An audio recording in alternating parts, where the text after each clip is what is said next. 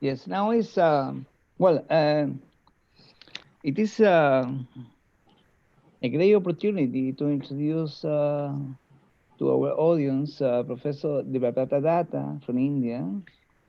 He's a very distinguished scientist. And I would like you, the professor, in the first place, to acknowledge your friendship and contribution you have done and to support us for a long time. And now I think I would like to ask you if you can introduce yourself, what you have done in your life, your research, and that kind of things, Yeah. which is your So, own arrow time, actually. yeah. Arrow of time is Yes. a very remarkable signature nowadays.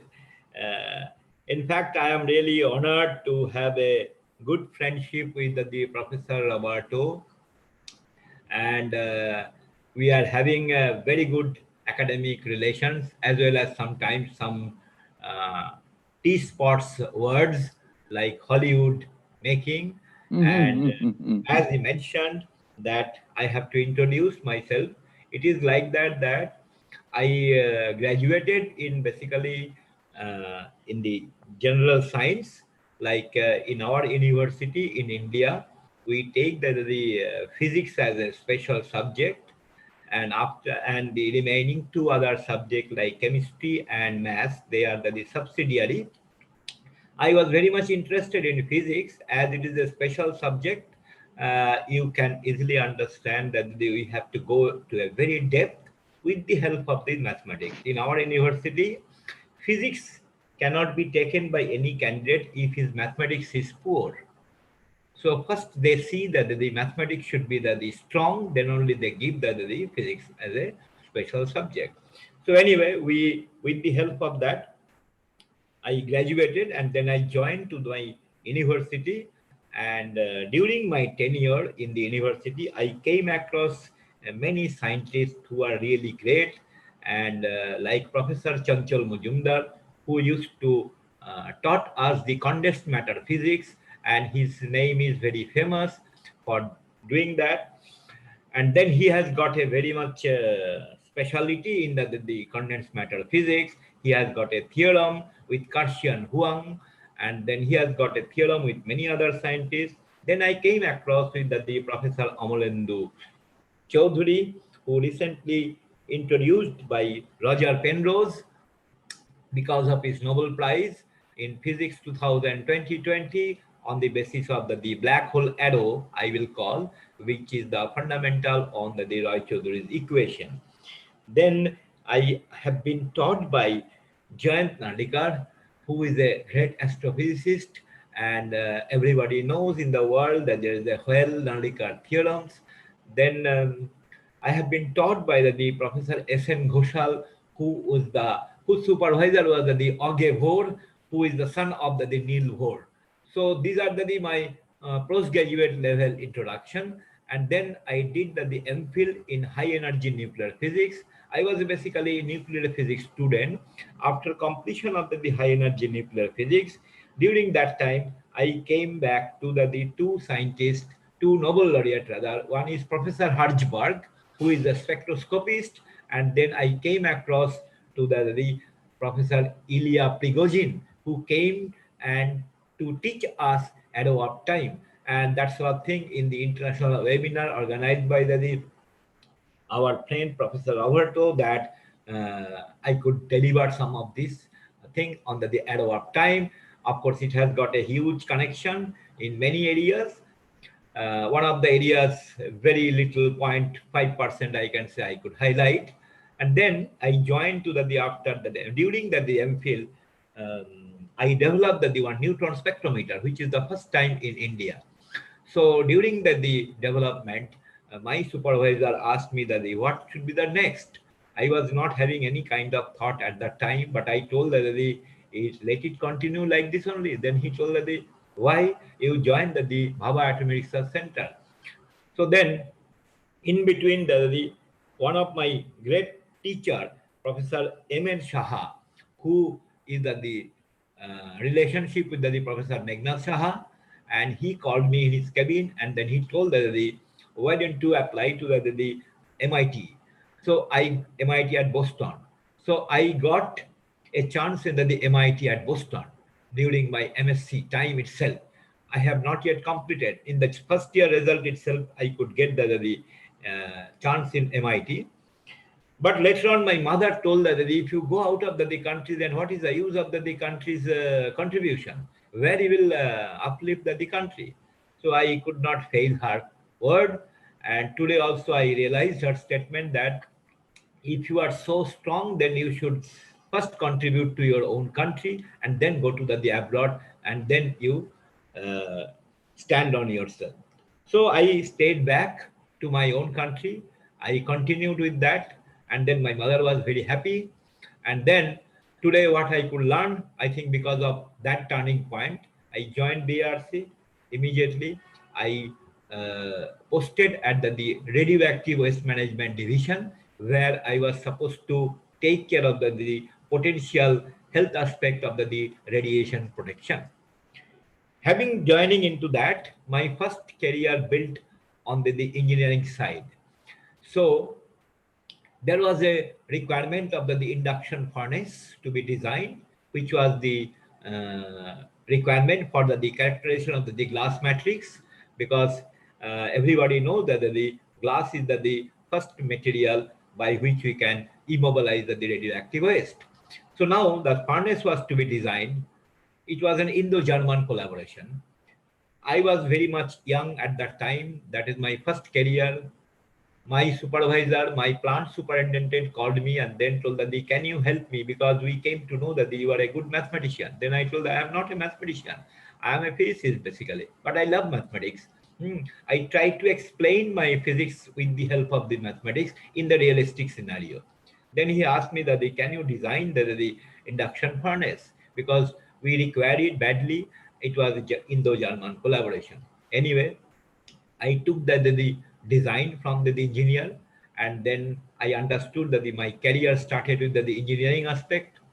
Then I developed my own equation. With the help of that, I designed the induction furnace.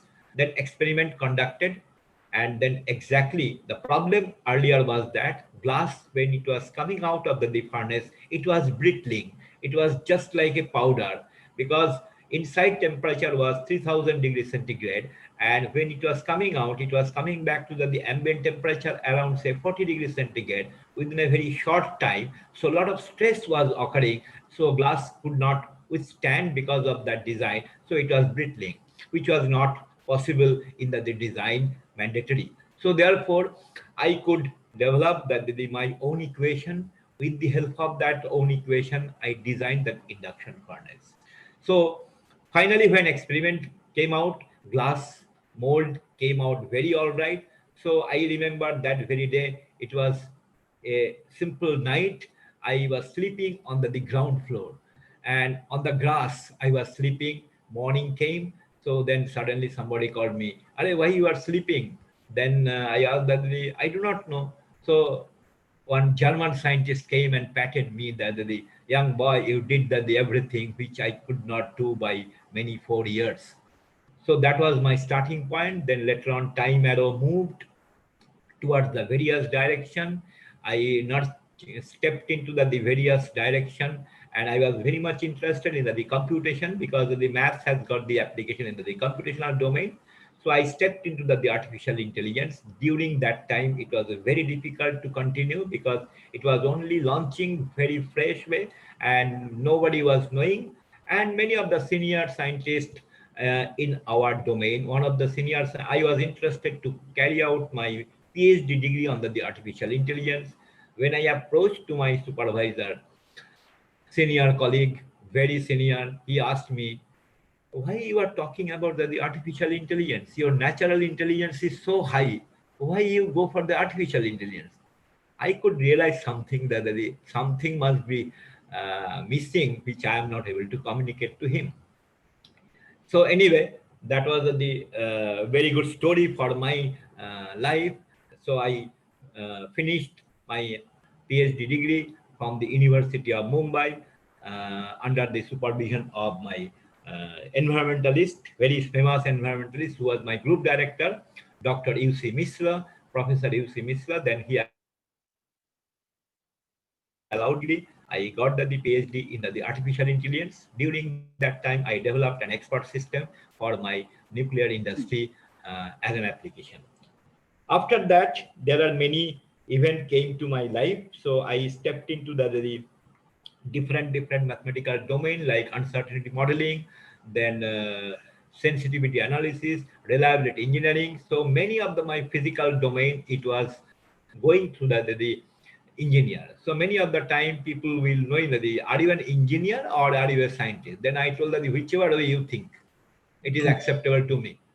So that was my thing, because I cannot say that my basic background is physics, so I am a scientist. But if you think that I am an engineer, so okay, as whichever way you accept to me, it is acceptable to me also.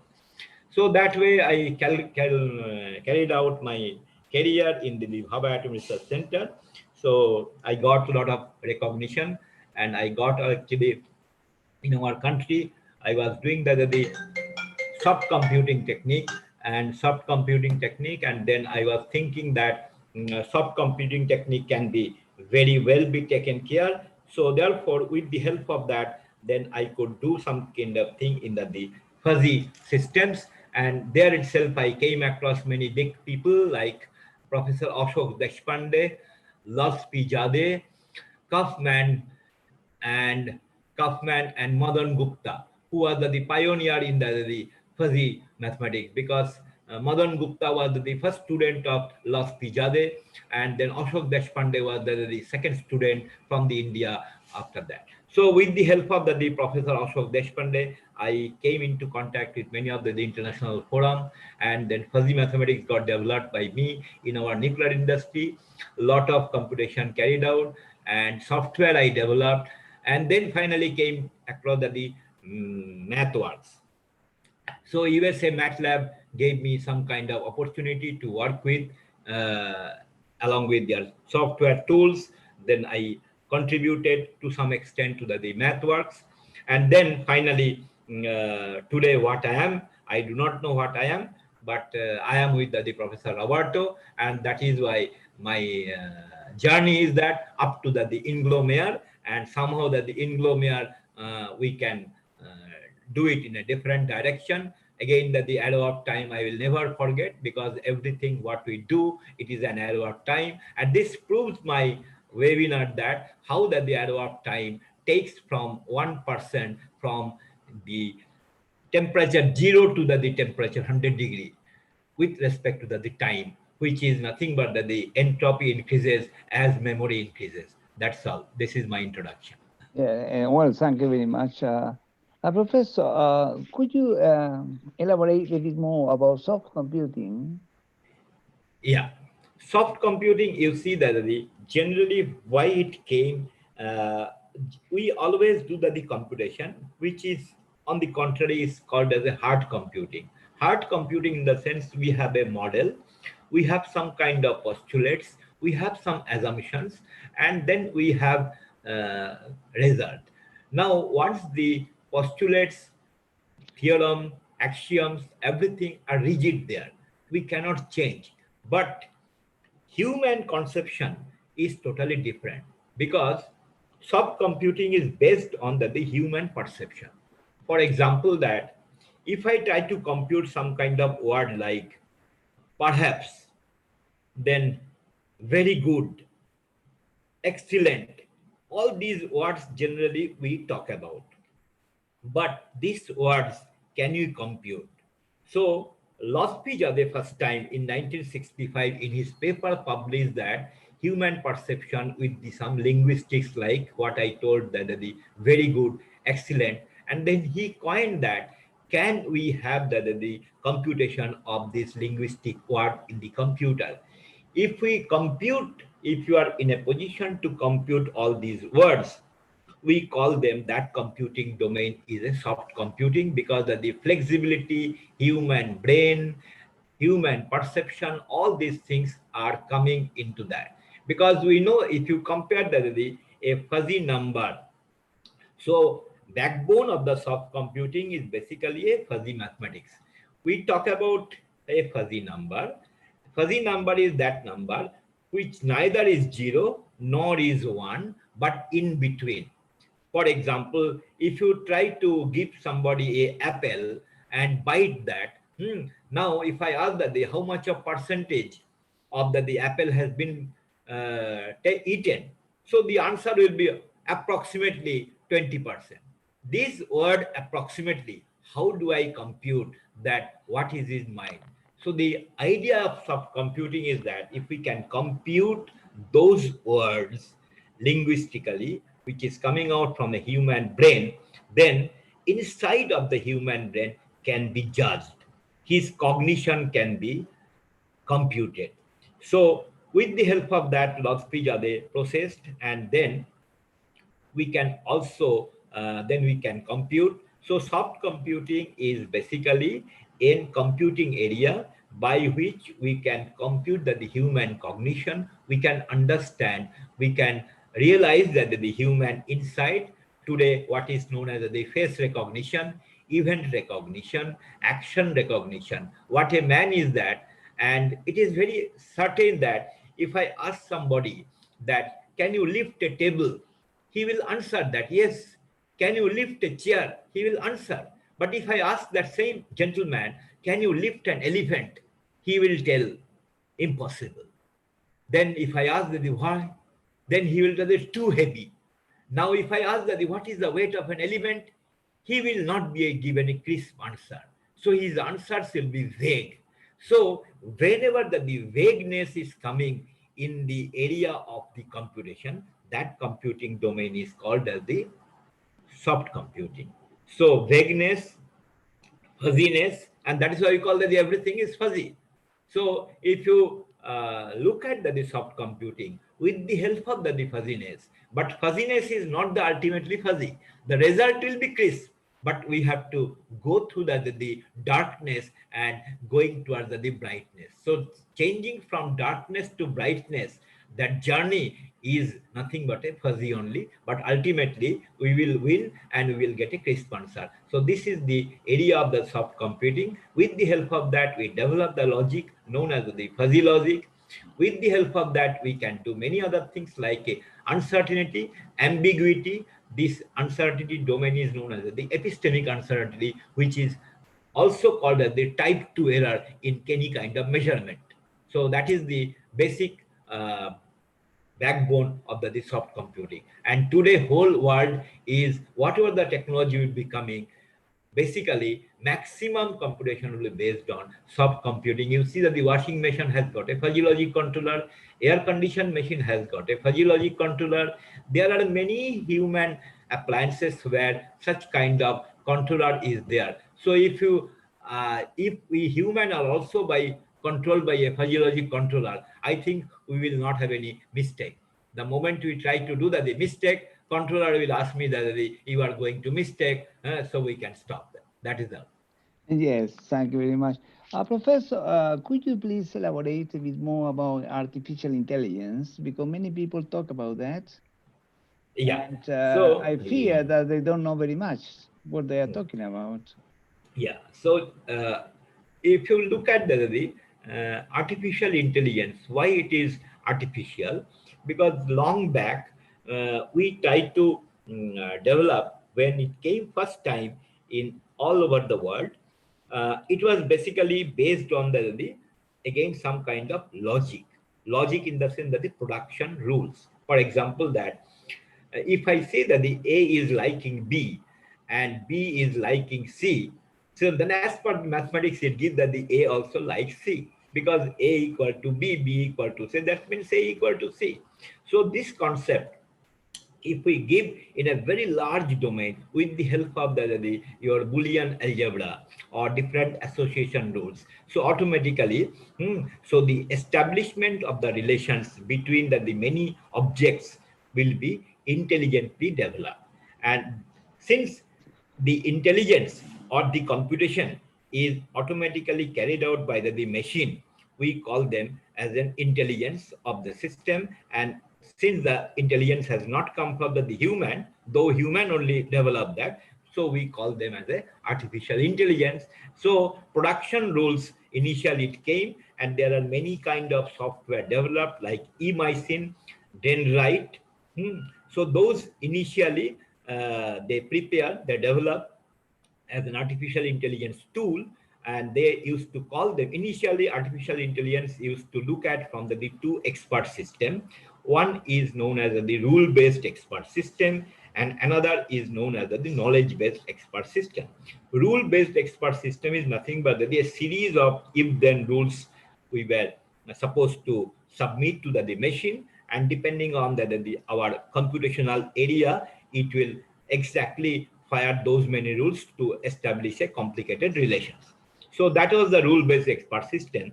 With the help of the rule-based, whatever the feedback of the knowledge we get, we carried out a different kinds of database system, and that database we call the knowledge based. And whenever we used to fire a rule, so that rule it will search in the knowledge base, and it will see that if it is there, it will give the answer. So initial area that is 1990 onwards, the AI was only under the realm of rule-based expert system and the knowledge-based expert system. There itself, it got developed with the artificial neural network, because neural network is a connectionist problem. So even though we do not have any y equal to f of x, where x is my independent variable, y is the dependent variable, even though we do not know what is the y equal to function of x, but we can connect them, we can get the actual output. So when such kind of problems came to the world, so people in the computing domain, they tried to develop, and that's why human, that is a perceptron model developed by Rumelhart, and then artificial neural network developed, and in the neural network, a lot of learning theory developed. And you may be knowing that if we go to the learning area, then one of the very important theorem in the solid state physics, like Bardeen, Cooper, and Scheifer, BCS, that Scheifer was one of the great scientists who developed some kind of uh, artificial neural network system initially without knowing what is the subject it is. Later on, a lot of people followed her theorems and derivations, and a lot of paper she has. So therefore, with the help of the BCS theory, which is one of the superconductivity backbone, and then artificial neural network developed, and a lot of heuristics developed. Because of the artificial neural network, we tried to develop the lot of learning theory, and the learning paradigm got shifted, and then we have a lot of theorems, like one of the important theorems, the Bacon's theorem. With the help of that, we could derive the Boyle's law and Charles' law, even though we do not know what is pressure, what is volume, what is the temperature of the system. So thermodynamics slightly got modified. Then, as you know, that the statistical mechanics got developed. With the help of that, Shannon entropy and Boltzmann entropy, all these things looked at from the point of the artificial intelligence. And today, one of the very important contributions of the Boltzmann entropy is nothing but the Boltzmann learning machine, which Professor Reshmi Bharadwaj has presented during her seminar, how that the Boltzmann machine can be developed. So with the help of that machine intelligence, when you try to get the solution of a problem, we call it as a machine learning. So that is why we call it as a machine learning. So this machine learning technique is nothing but is machine learning technique is nothing but your intelligence developed by the machine with the help of some kind of algorithm. So today machine learning, initially it was the only artificial neural network. Today that network has gone into the very depth, we call the deep learning. So initial learning, shallow learning, initial phase. Now today arrow of time has moved towards the deep learning. And this deep learning, many of the deep learning, when you go how deep you are, because if you try to dive in a sea, how depth in the sea you can go, you are learning as you are going under the sea, you are learning many things. So journey through the adventure system is also a learning. So that deep learning will be taking the researcher and scientists towards the quantum computing, because technology will change, hardware platform will change. And the beauty part of the artificial intelligence in the computing area is that a software can change the hardware. So Yes. without that is the most important. So when software changes the hardware, so hardware will again change the software. So this co-brother relations always will go on developing, and we can develop many of the things. That is the total structure of the artificial intelligence. And intelligence means lot of memory. So our memory will go on increase as we learn. That means memory will increase, and memory will always look at the past, as I mentioned that. And that is the beauty of the arrow of time. Yes. Professor, there is a big interest about the future of education Yes. because the world is changing so fast, Yeah. so quickly, Yes. many Yes. changes, some of them expected and some other unexpected. Yes. Uh, what do you think is going to be the role of university in the future, having all Yeah. this artificial intelligence, data mining, and so on? Yeah. And Uh, many, yeah. many Yeah. jobs are being, have been lost due to Yeah. these new advances in technology and other kind of things. Yeah. This is quite relevant because young people, young Yeah. people, I think they should know what the future is likely Yeah. to be for them and how Yeah. they raise a family and that kind of things. Which is the area do you suggest young people to follow so as to be happy and to have their family Yeah. and their life at the very end? Generally, that as the present circumstances, we are seeing that everywhere in the world, it is allowing to learn everything online. This concept of the online and virtual lab, initially we were having a concept of the virtual laboratory. Virtual in the sense we are not doing any physical, but everything whatever we could do by presenting in the laboratory, same thing we are achieving. So technology, as we have processed, we have progressed. So future education will be based on the this technological platform. And if we look at, I might have 100% confident that AI will not take the human's job, but AI will empower the teaching, learning, facilitating many industries, and also it will empower the education. So young students, those who are stepping in from their career from graduate to the postgraduate to the doctoral side or the job sector, their family, I wanted to communicate that nothing to worry about that, because uh, backbone is always there is a certain thing which is invisible, like that the ether we never seen. It is some kind of media. So ultimately, for the students, for the researchers, for scientists, whatever area will come in the education domain, it will be based on the AI platform. AI and this intelligent will be transforming the teaching method completely online. And uh, depending on the situation, there may be some uh, 30% offline, because all these things cannot be online wherever necessity. So definitely it will be considered as a online. And in the online education policy also will change in the sense that it may be that the open book exam. Why open book? Because students should not be required to prepare or to mug up the many of the things as a descriptive mode. They will be only notifying that the MCQ, like multiple choice type questions, and the short form where everything is available. In that process, why? Because they have to read the book, textbook, or they have to read the paper at every level very thoroughly, so that their own things they can express. So therefore, nothing to worry about that. And this kind of thing is always be powered online. For example, that it was having a smell long back. It is not new. It was having a smell. For example, that in one of my paper, I remember that in the exam hall when I used to enter, why me? There are many students during that time. All these basic formulations and all the derivations, which are really not required to complete the exam, so they were always on the display.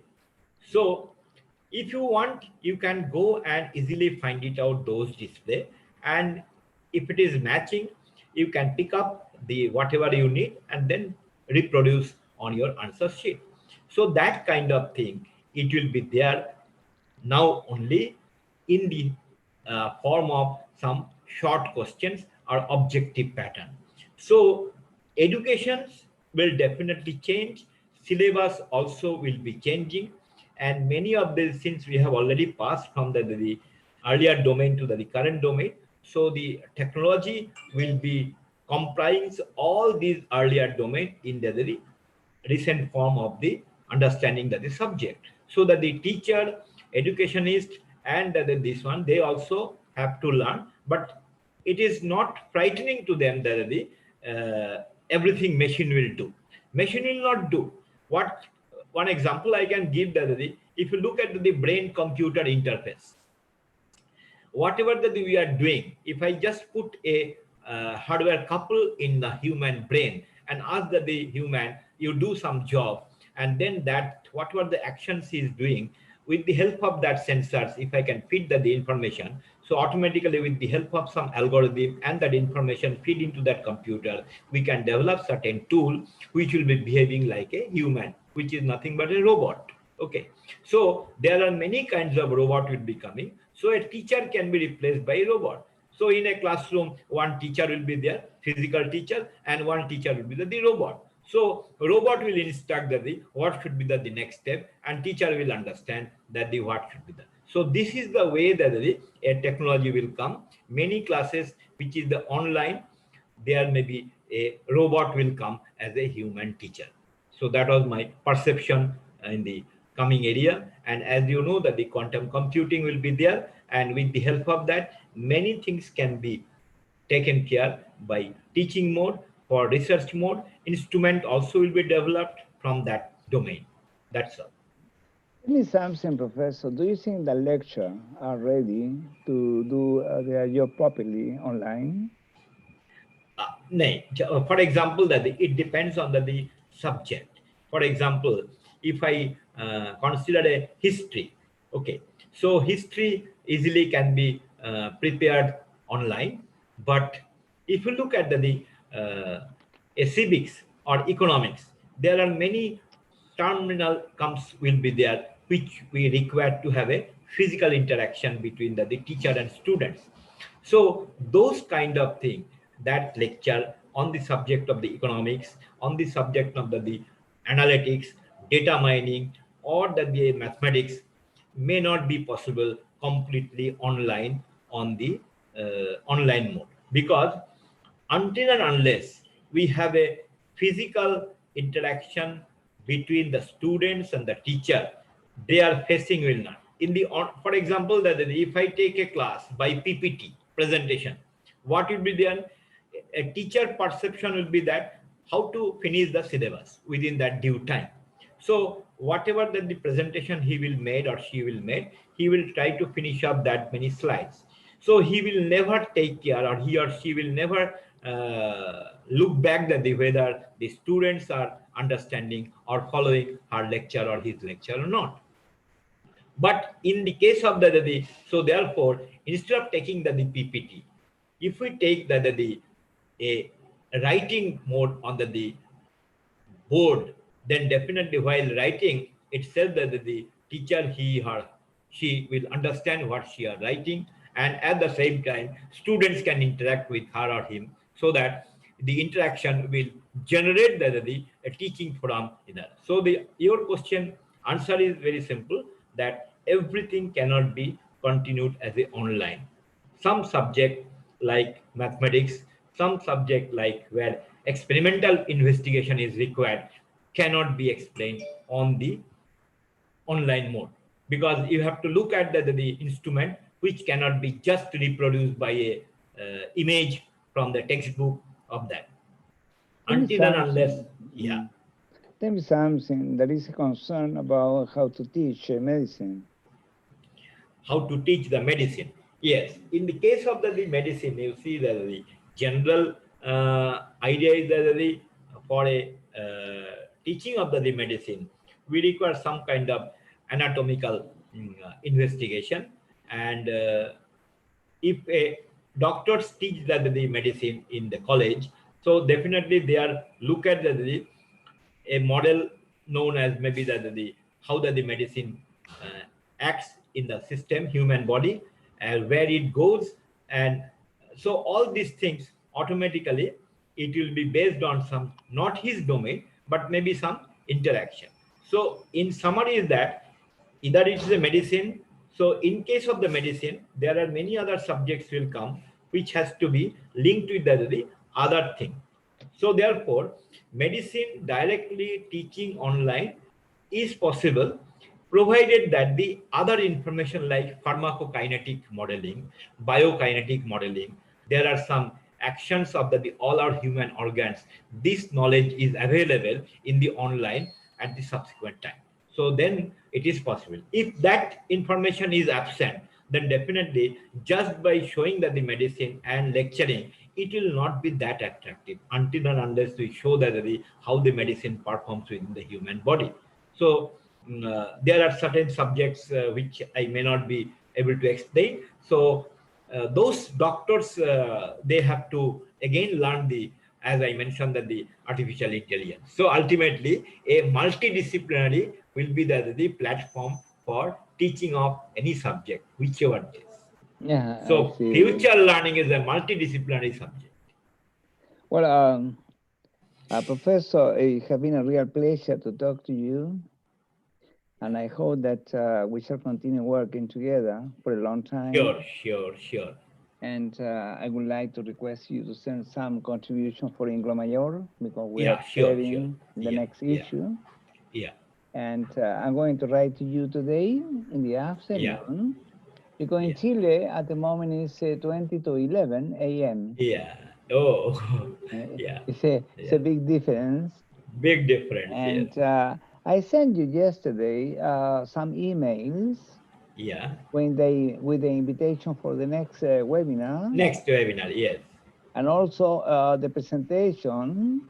Of John Roll. Yes, John Yeah, Roll, your yeah, presentation and yeah. Rashmi Brapat, Yes, yes, yes. and to keep a very good backup Yes, yes, because this definitely. Yeah. virus Yeah, is yeah, passing yeah. very bad to our Yeah. computer.